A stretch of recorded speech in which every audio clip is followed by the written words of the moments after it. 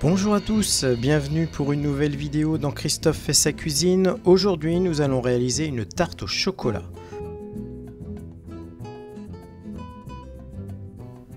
Pour réaliser cette tarte au chocolat, nous aurons besoin d'une pâte sucrée, d'un biscuit chocolat sans farine, d'une ganache chocolat. Nous allons commencer par la pâte sucrée. Il vous faudra 80 g de beurre, 70 g de sucre glace, un œuf, une pincée de sel, 180 g de farine et 30 g de poudre d'amande. Nous allons réaliser un beurre pommade, quelques secondes au micro-ondes suffit. Une fois ce beurre pommade réalisé, nous allons incorporer le sucre glace. Nous allons mélanger vivement avec le fouet ce mélange sucre glace et beurre pommade. Dans notre métier, cette action s'appelle crémer. Il est temps d'ajouter l'œuf et bien mélanger. Une fois notre mélange homogène, ajoutons notre farine et notre poudre d'amande. Nous allons maintenant échanger notre fouet contre notre main. Pétrissons tous ces ingrédients pour obtenir une pâte.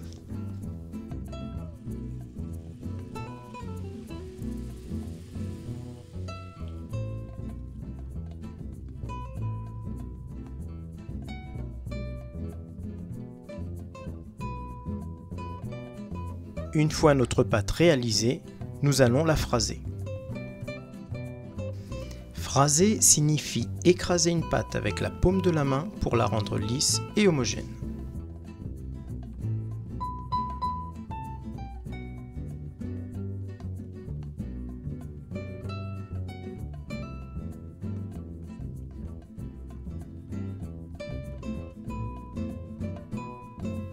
Nous allons maintenant filmer cette pâte et la laisser reposer 25 minutes au réfrigérateur. Attaquons-nous maintenant au biscuit chocolat.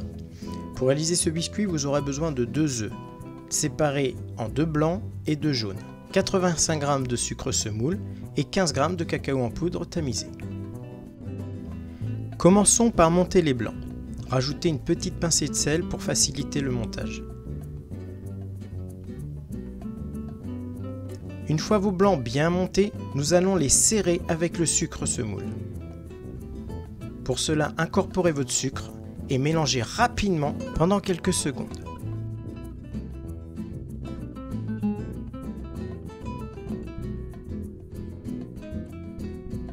Une fois vos blancs bien serrés, nous allons incorporer les jaunes délicatement avec une maryse ou une spatule.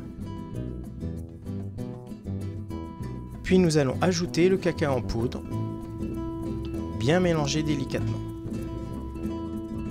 Sur une plaque avec une feuille de cuisson ou du papier sulfurisé, nous allons dresser ce biscuit en spirale, à l'aide d'une poche et d'une petite douille, comme sur la vidéo.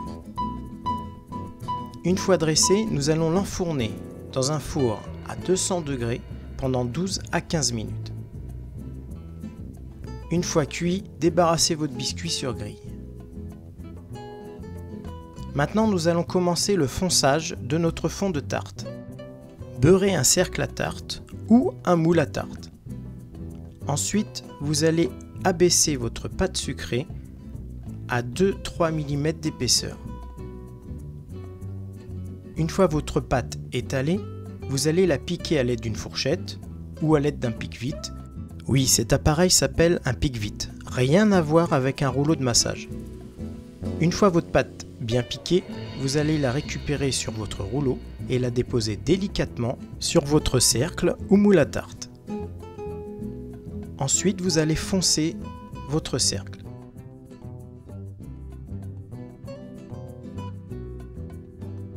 Une fois foncé, vous allez prendre votre rouleau, puis enlever l'excédent de pâte.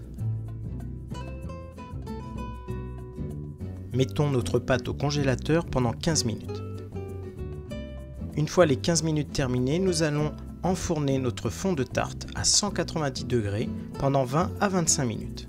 Cuire un fond de tarte sans garniture s'appelle une cuisson à blanc. Occupons-nous maintenant de notre biscuit. Vous allez prendre votre cercle à tarte et découper un disque de biscuit à l'aide de votre couteau d'office. Attention, votre biscuit doit rentrer impeccablement dans votre fond de tarte. il ne doit pas remonter sur les bords.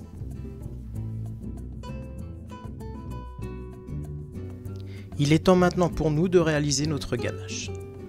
Pour cela, vous aurez besoin de 150 g de chocolat noir, 40 g de glucose ou de miel, 50 g de beurre et 220 g de crème liquide entière.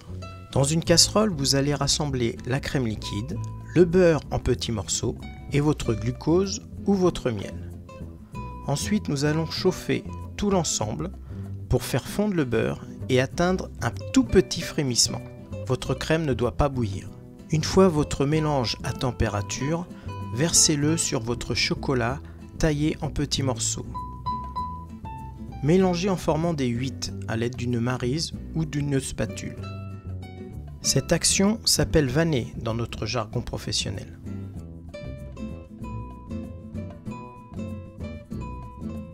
Une fois tout le chocolat fondu et le mélange lisse et homogène, nous allons pouvoir garnir notre tarte au chocolat jusqu'au ras-bord du fond de tarte. Ensuite, nous allons la laisser prendre minimum 2 heures au réfrigérateur. S'il vous reste de la ganache, vous pouvez faire un petit décor avec la même douille que vous avez pris pour dresser le biscuit. Voilà, votre tarte chocolat est maintenant terminée.